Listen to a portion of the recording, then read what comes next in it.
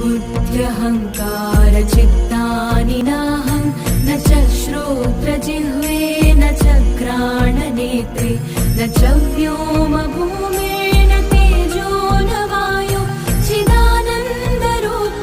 शिवोऽहं शिवोऽहं चिदानन्दरूप शिवोऽहं शिवोऽहम्